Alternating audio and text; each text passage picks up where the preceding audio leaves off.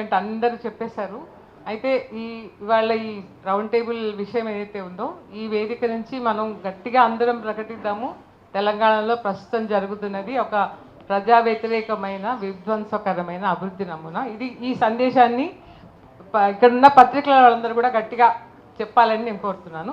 ఇంకొకటి హరిగోపాల్ సార్ చెప్పారు, ఇదొక అంటే 90s నుంచి స్టార్ట్ అయింది ఈ అభివృద్ధి నమూనాని.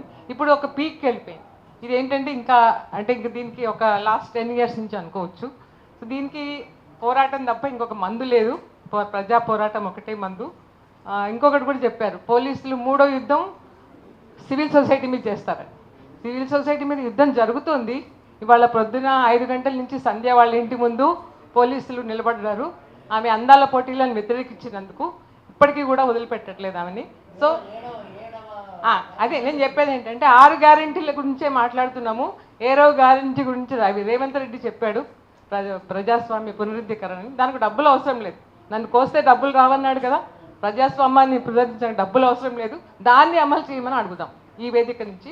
ఇంకొకటి ఇందాక శంకర్ చెప్పింది కూడా స్పొరాడిక్గా జరుగుతున్నాయి. ఇవన్నిటిని కూడా ఒక కామన్ వేదిక మీద తీసుకొచ్చినప్పుడే ఇంకా మనలాంటి పౌర సమాజం గట్టిగా నిలినప్పుడే